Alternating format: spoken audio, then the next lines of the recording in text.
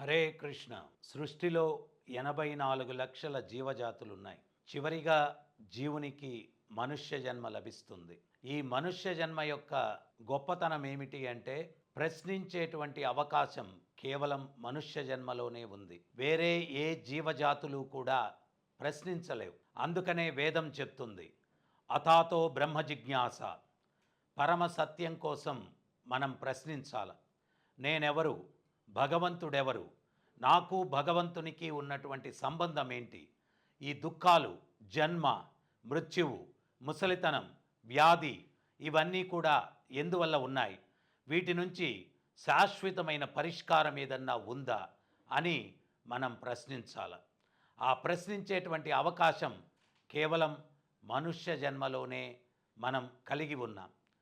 వీటన్నిటినీ మనం ప్రశ్నించినప్పుడు వాటన్నిటికీ కూడా సమాధానాలు భగవద్గీతలో ఉన్నాయి.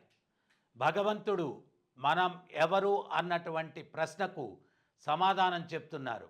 మమైవాంసో జీవలోకే జీవభూత సనాతన, మీరందరూ కూడా నా యొక్క అంశలు అంటున్నారు. మరి భగవంతుడు ఎవరు?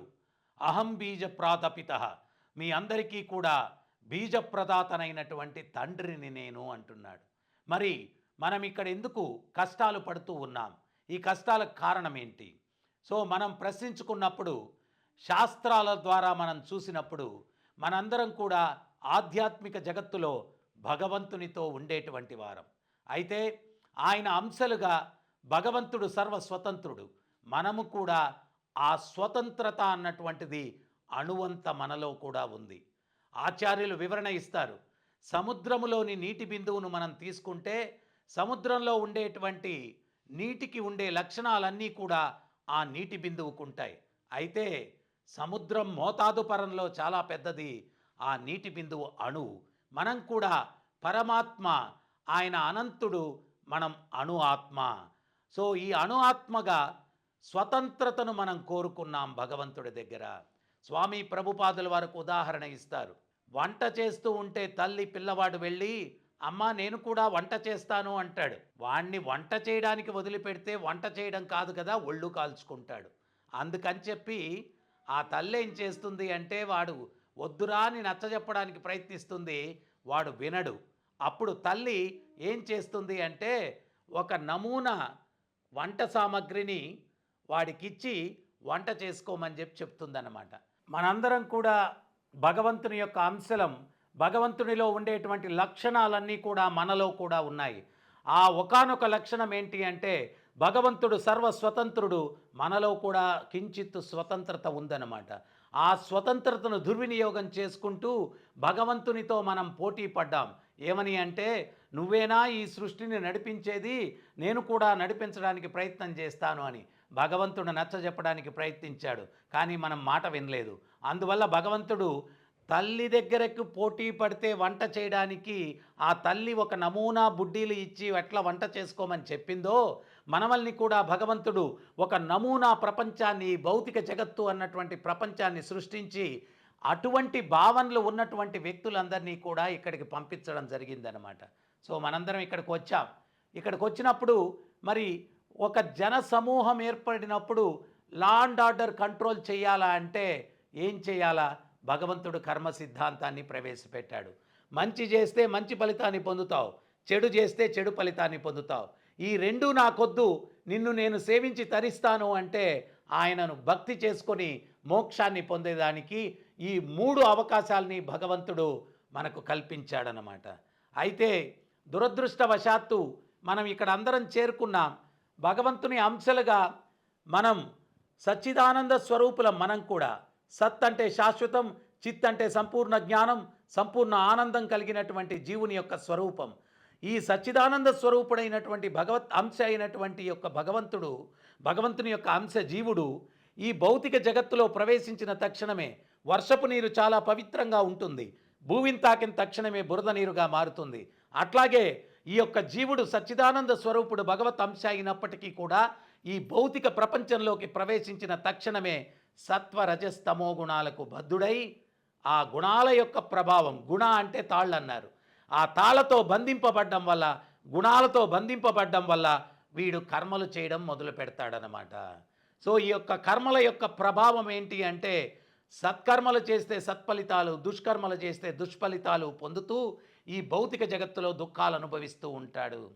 ఎంత అయినప్పటికీ కూడా భగవంతుడు మన తండ్రి కదా, అందుకని చెప్పి పిల్లవాడు తండ్రిని కాదు అని చెప్పి వేరు కాపురం వేరే ఊర్లో పెడితే తండ్రి ఏం చేస్తాడు అంటే ఉత్తరాలు రాస్తాడు.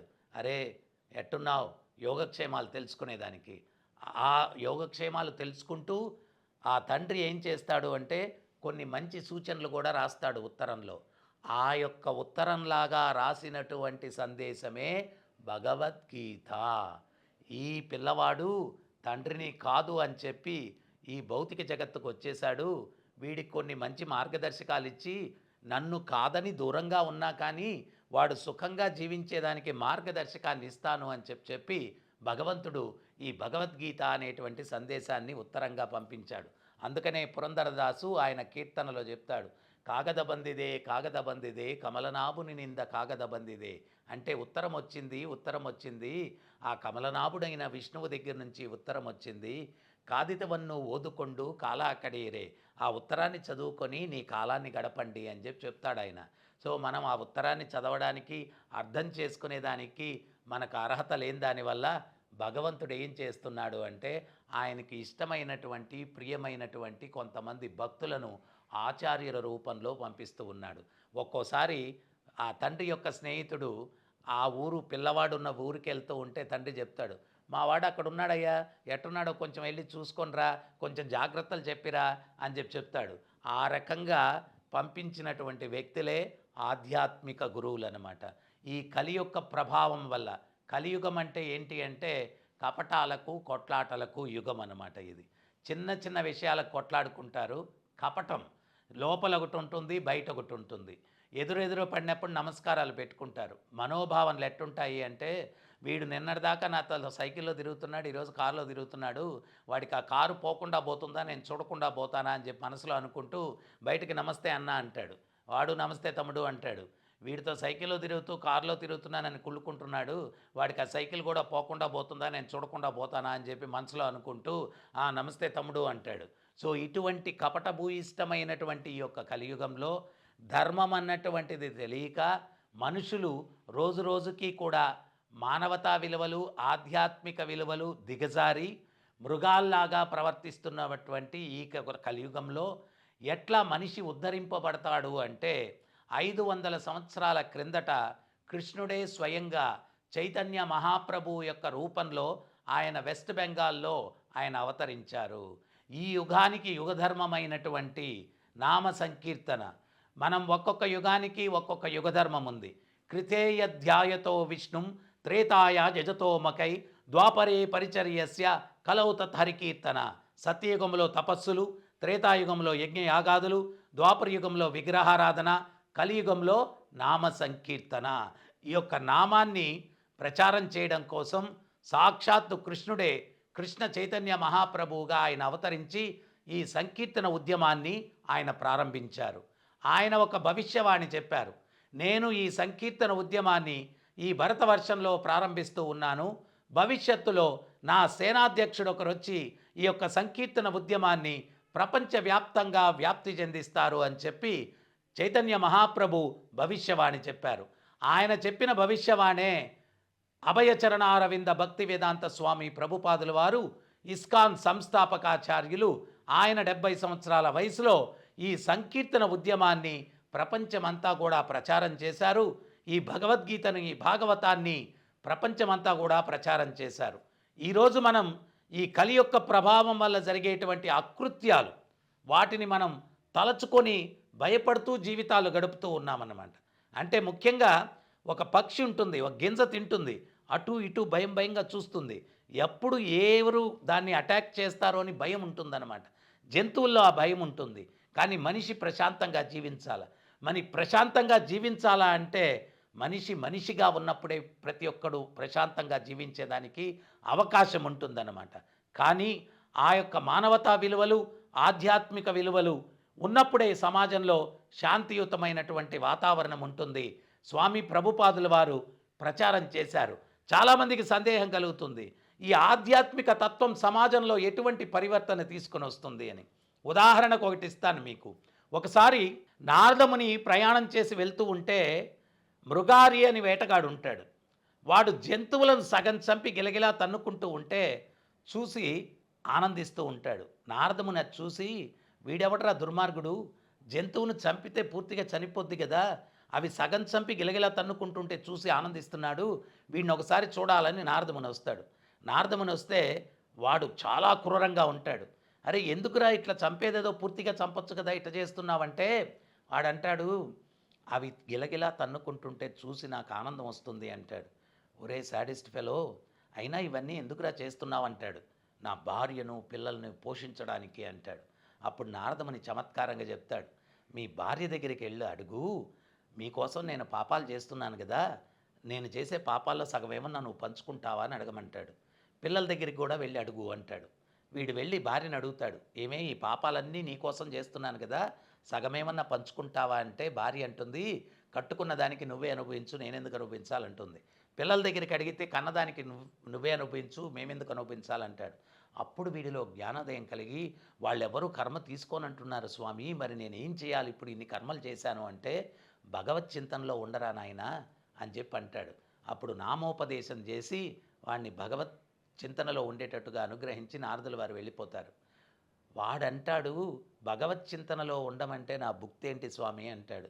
ఓరి పిచ్చోడా, అరణ్యంలో ఏనుగు అరటన్ను నుంచి టన్ను తింటుంది, ఏం వ్యాపారం చేస్తుంది అది, భగవంతుడు దానికి సప్లై చేస్తున్నాడు కదా అన్నీ, మరి నీకు ఇవ్వడా శరణాగతి పొందిన వాడికి అని చెప్పి చెప్తాడు.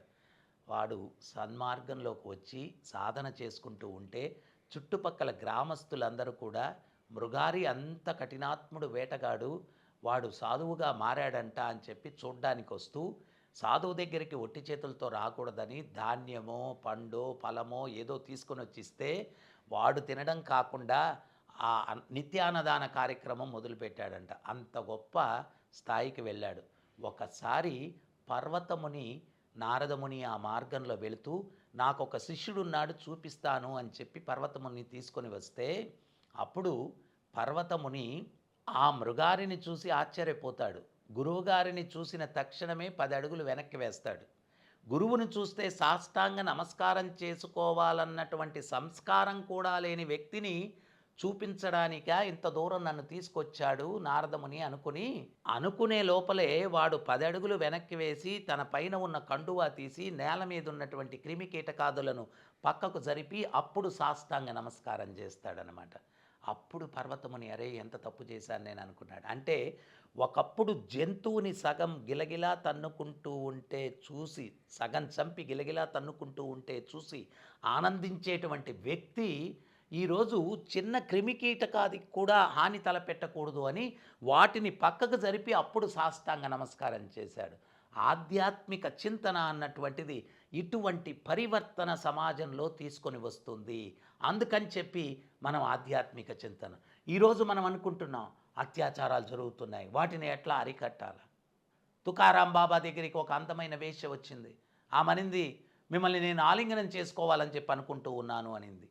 అప్పుడు తుకారాం బాబా ఏమన్నాడో తెలుసా, హే పాండురంగ విఠల, ఈమె కోరిక తీరేటట్టు చూడవయ్యా, మరు జన్మలో ఈమె గర్భంలో నేను పుత్రుడిగా పుట్టి ఒక తల్లి ఒక బిడ్డను ఆలింగనం చేసుకునేటట్టుగా అవకాశం కల్పించు స్వామి అని వేడుకున్నాడు. అంటే ఆధ్యాత్మిక చింతన ఇటువంటి పరివర్తన. ఈరోజు తల్లుల్లాంటి వ్యక్తుల్ని కూడా అత్యాచారాలు చేస్తున్నారు. కానీ ఒక అందమైన వేశ్య వచ్చి తన కోరికను వ్యక్తపరిచినప్పుడు తుకారాం బాబా చేసినటువంటి ఆయన ప్రార్థన అదనమాట. ఇటువంటి మార్పు సమాజంలో కలుగుతుంది. పాజిటివ్ థింకింగ్ అన్నమాట. పాజిటివ్ థింకింగ్ ఇది వస్తుంది ఆధ్యాత్మిక చింతనలో. ఇదే తుకారాం బాబా గంగా తీరంలో కూర్చొని ఆయన జపం చేసుకుంటూ ఉంటాడు. ఒక వ్యక్తి ఇంకో వ్యక్తితో పందెం కాస్తాడు. ఏమని అంటే, ఈయన శాంతస్వరూపుడు అని చెప్పి అందరూ అనుకుంటూ ఉన్నారు, ఆయనకు కోపం వచ్చేటట్టు చేస్తే నీకు 10,000 వరహాలు ఇస్తానంటాడు. అప్పుడు ఆ వ్యక్తి వచ్చి తుకారాం బాబా మీద ఉమ్మూస్తాడు. తుకారాం బాబా పల్లెత్తు మాటలు మాట్లాడకుండా నేరుగా గంగలోకి వెళ్ళి స్నానం చేసి మరలా వచ్చి కూర్చొని జపం చేస్తాడు. మళ్ళా ఉమ్మూస్తాడు. మళ్ళా వెళ్ళి గంగలో స్నానం చేసి మళ్ళా వస్తాడు. ఆ రకంగా 108 సార్లు జరిగిన తర్వాత ఆ ఉమ్ము వేసినటువంటి వ్యక్తిలో పరివర్తన కలిగి తుకారాం బాబా పాదాల మీద పడి, నేను చాలా అపరాధం చేశాను, నన్ను క్షమించండి మహానుభావ అంటే తుకారాం బాబా అంటాడు, అయ్యా నీ రుణాన్ని నేను ఏ రకంగా తీర్చుకోగలనయ్యా అంటాడు. ఇంత అపరాధం చేస్తే రుణం అంటారేంటి స్వామి అంటే, 108 సార్లు ఉమ్మూయడం వల్ల 108 సార్లు పుణ్య గంగలో స్నానం చేసే మహద్భాగ్యాన్ని నాకు కలిగించావు. నీ రుణాన్ని నేను ఏ రకంగా తీర్చుకోగలనయ్యా అంటాడు. సో ఈ రకంగా ఇటువంటి మహాత్ములు పుట్టినటువంటి పుణ్యభూమి, వాళ్ళల్లో అంత ఉన్నతమైనటువంటి ఆశయాలు, ఉన్నతమైనటువంటి ఆలోచనలు ఎక్కడి నుంచి వచ్చాయి అంటే, వాళ్ళు ఈ గీతా జ్ఞానాన్ని, ఆధ్యాత్మిక చింతనను, ఈ సనాతన ధర్మాన్ని అనుసరించడం వల్ల. సేవా దృక్పథం, మనం ప్రతి గుడి ముందు కూడా ఒక ధ్వజస్తంభం అనేది ఉంటుందన్నమాట. ఆ ధ్వజస్తంభం వెనకాల ఉన్నటువంటి వృత్తాంతం ఏంటో తెలుసా? ఒకసారి ధర్మరాజు కురుక్షేత్రంలో విజయం సాధించిన తరువాత భగవంతుణ్ణి అడుగుతాడు, అశ్వమేధ యాగం నేను చేయాలనుకుంటున్నాను అని. భగవంతుడు దానికి ప్రసన్నమై చేయమని చెప్తాడు. ఒక అశ్వాన్ని వదిలిపెడతారు. దాని వెనకాల నలుగురు సోదరులు, భీముడు, అర్జునుడు, నకులుడు, సహదేవుడు, వీళ్ళు కూడా బయలుదేరి సైన్యంతో వెళ్తారు. అశ్వమేధ యజ్ఞం చేయగలిగే అర్హత ఎవరికి వస్తుంది అంటే, ఏ రాజ్యంలోకి ఆ అశ్వం ప్రవేశించినా స్వాగతించి కప్పం గట్టి పంపించాలా రాజు. దాన్ని బంధించి యుద్ధం చేసి యుద్ధంలో ఓడిపోతే అశ్వమేధ యాగాన్ని చేసే అర్హతను కోల్పోతారు. మణిపూర్ రాజ్యంలోకి ఈ యొక్క గుర్రం ప్రవేశిస్తుంది. అక్కడ మయూరధ్వజుడు గుర్రాన్ని బంధిస్తాడు. ఈ యొక్క పాండవుల్ని కూడా యుద్ధంలో ఓడించేస్తాడనమాట. వాళ్ళని బందీలను చేస్తాడు.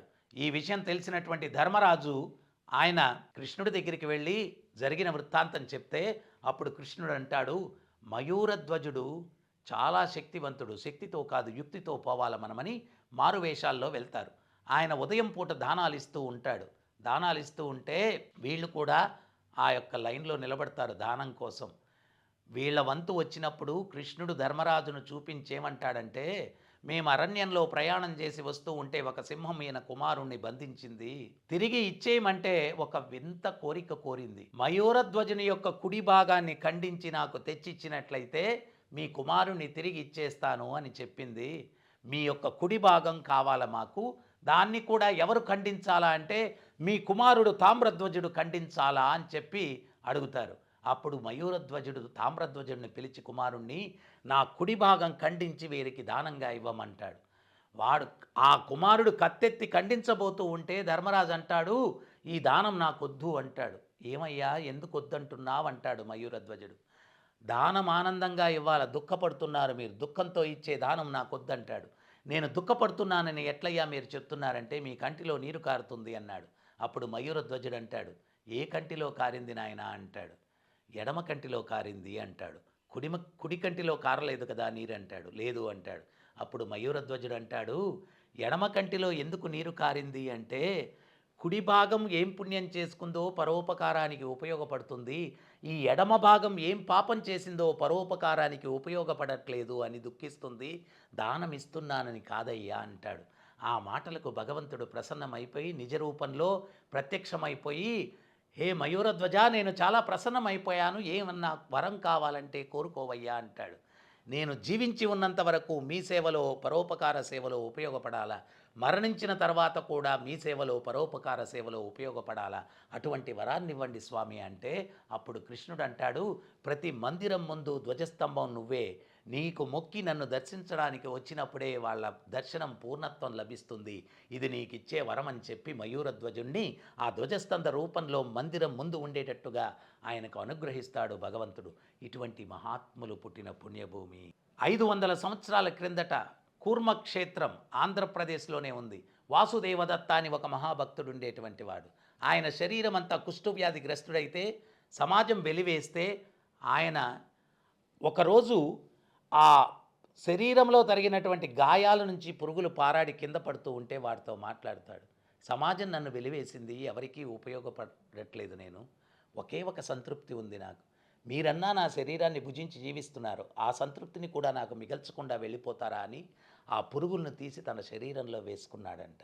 ఆయన భక్తికి మెచ్చి భగవంతుడు ప్రత్యక్షమై నీకేం వరం కావాలో కోరుకోమంటే, స్వామి ఈ జీవులు వాళ్ళు చేసిన పాపాలకు వాళ్ళు పడేటువంటి కష్టాలు చూస్తే నా హృదయం రోధిస్తూ ఉంది, దయచేసి వాళ్ళు చేసిన పాపాలన్నీ నాకు ఇచ్చినట్లయితే పర్యవసానంగా కష్టాలు అనుభవిస్తూ నేను ఇక్కడ ఉండిపోతాను, వాళ్ళందరినీ మీతోటి వైకుంఠానికి తీసుకుని వెళ్ళండి అని కోరుకున్నాడంట. అటువంటి మహాత్ములు పుట్టినటువంటి పుణ్యభూమి. ఈరోజు మనం ఇటువంటి అకృత్యాలు చూస్తూ ఉన్నాం. అభం శుభం తెలియనటువంటి పసికందుల మీద అత్యాచారాలు జరుగుతూ ఉన్నాయి. తల్లుల మీద అత్యాచారాలు జరుగుతూ ఉన్నాయి, హత్యలు జరుగుతూ ఉన్నాయి, దోపిడీలు, మోసాలు. వీటన్నిటికీ కారణం ఏంటి అంటే విచ్చలవిడిగా భౌతికవాదం పెరిగిపోతూ ఉంది. ఆధ్యాత్మికత అన్నటువంటిది నిర్లక్ష్యం చేయడం వల్ల మానవతా విలువలు, ఆధ్యాత్మిక విలువలు నశించడం వల్ల ఇవన్నీ జరుగుతూ ఉన్నాయి. మీరందరూ కూడా ఏదన్నా వ్యాపారంలో నష్టం వచ్చినా, జీవితంలో ఏదన్నా కష్టం వచ్చినా మనిషిగా మనం ఆలోచించాలా. వ్యాపారంలో నష్టం రావడానికి కారణం ఏంటి? జీవితంలో నష్టం రావడానికి కారణం ఏంటి?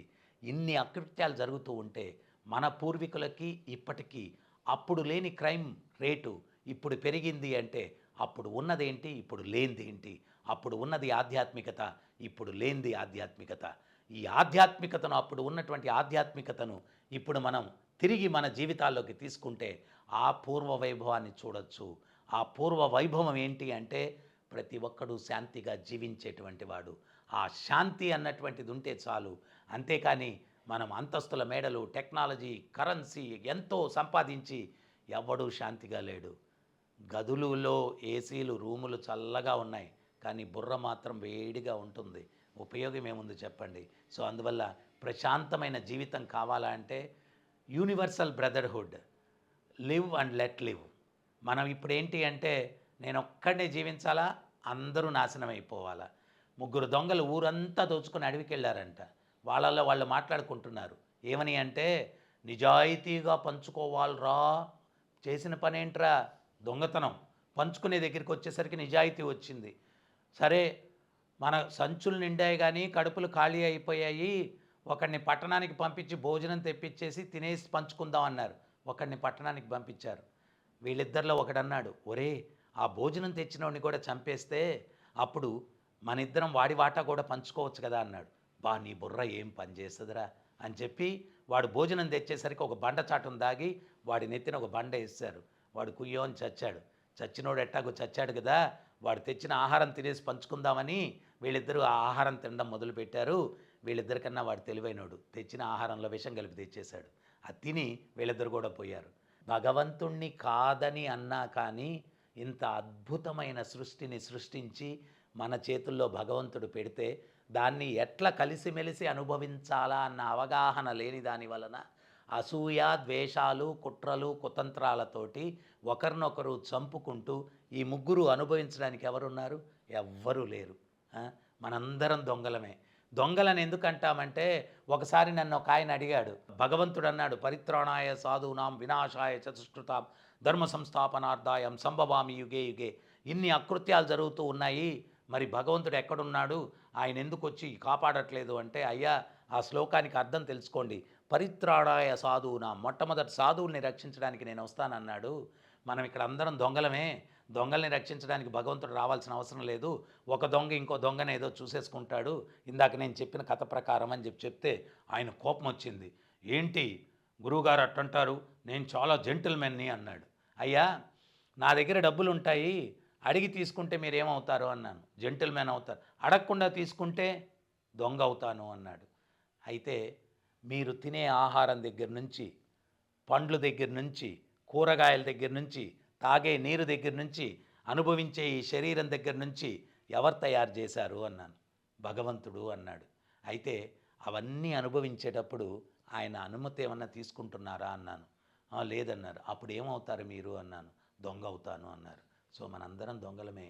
ఆ భగవంతుడు ఇంత సృష్టి అద్భుతమైంది మన చేతుల్లో పెడితే దాన్ని ఎట్లా అనుభవించాలో కూడా మనకు తెలియదు. ఎట్లా అనుభవించాలా ధర్మంగా అని తెలియపరిచేటువంటిదే భగవద్గీత. ఆ భగవద్గీతను ప్రతినిత్యం అనుసరించండి, చదవండి, దానికి అనుగుణంగా మీ జీవితాన్ని మార్చుకోండి. తద్వారా అద్భుతమైన ఆనందమయమైనటువంటి జీవితాల్ని గడుపుతూ జీవితాంతంలో మళ్ళా ఈ కుళ్ళు ప్రపంచానికి రాకుండా భగవంతుడి గీతలో ఒక విషయం చెప్తున్నారు. ఆ బ్రహ్మ భూనాన్లోక పునరావర్తినో అర్జున మాముపేద్యంతు కౌంతే పునర్జన్మన విద్యతి. ఈ మనుష్య జీవితం దేనికి ఉపయోగించాలా అంటే కేవలం 4 ప్రక్రియల కోసం కాదు. ఆహారం భుజించడం, నిద్రించడం, కొట్లాడడం, సంపర్కం చేయడం. ఈ 4 ప్రక్రియలు మనిషి చేస్తాడు, జంతువు చేస్తుంది. ఆహార నిద్ర భయమైతునం చ సమన్వవేతాం పశుభీనరాణం ధర్మోహితేషో అధికో విశేషో ధర్మేన హీన పశుహీ సమాన. ఈ 4 ప్రక్రియలు మనిషి, జంతువు సమానంగా చేస్తాడు. మనిషి ఎప్పుడు ఉన్నతుడవుతాడు అంటే ధర్మోహితేషో అధికో విశేషో. ధర్మాన్ని ఎప్పుడైతే పాటిస్తాడో అప్పుడు జంతువు కన్నా మనిషి ఉన్నతుడవుతాడు. ధర్మేణ హీన పశుహి సన్మాన. ధర్మం పాటించకపోతే వాడు పశువుతో సమానము. ఈరోజు ఈ వ్యసనాలు వీటన్నిటి వల్ల ధర్మహీనంగా మనిషి తయారయ్యి జంతు ప్రవృత్తుల్లోకి వెళ్ళిపోయి ఈ యొక్క దుఃఖాలయంలో కష్టాలు అనుభవిస్తూ ఉన్నాడు. భగవంతుడు చెప్తున్నారు, బ్రహ్మలోకం నుంచి పాతాళలోకం దాకా ఎక్కడికి వెళ్ళినా పునర్జన్మ ఉంది. మాముపేద్యంతో కౌంతేయ పునర్జన్మన విద్యతి. నా లోకానికి ఎవడైతే వస్తాడో పునర్జన్మ లేదు. మరి ఆయన లోకానికి వెళ్ళాలా అంటే ఆ భగవంతుడు చూపించిన ధర్మ మార్గంలో నడుచుకుంటూ భగవత్నామ స్మరణ చేస్తూ ఈ సంసారం నుంచి శాశ్వతమైన పరిష్కారాన్ని, ఈ దుఃఖాల నుంచి శాశ్వతమైన పరిష్కారాన్ని వెతుక్కునేదానికి ఈ విలువైన మనుష్య జీవితాన్ని మనం వినియోగించాలి.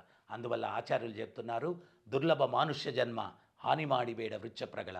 ఈ మనుష్య జన్మ దొరకడమే దుర్లభం, దాన్ని వృధా చేయొద్దు పిచ్చివాళ్ళల్లారా అంటున్నారు. సో అందువల్ల మానవ జీవితం యొక్క విలువ తెలుసుకొని మీరు జీవించాలని చెప్పి మిమ్మల్ని నేను విజ్ఞప్తి చేస్తూ ఉన్నాను. హరే కృష్ణ హరే కృష్ణ కృష్ణ కృష్ణ హరే హరే, హరే రామ రామ రామ హరే హరే. సర్వే జనా సుఖినో భవంతు. హరే కృష్ణ.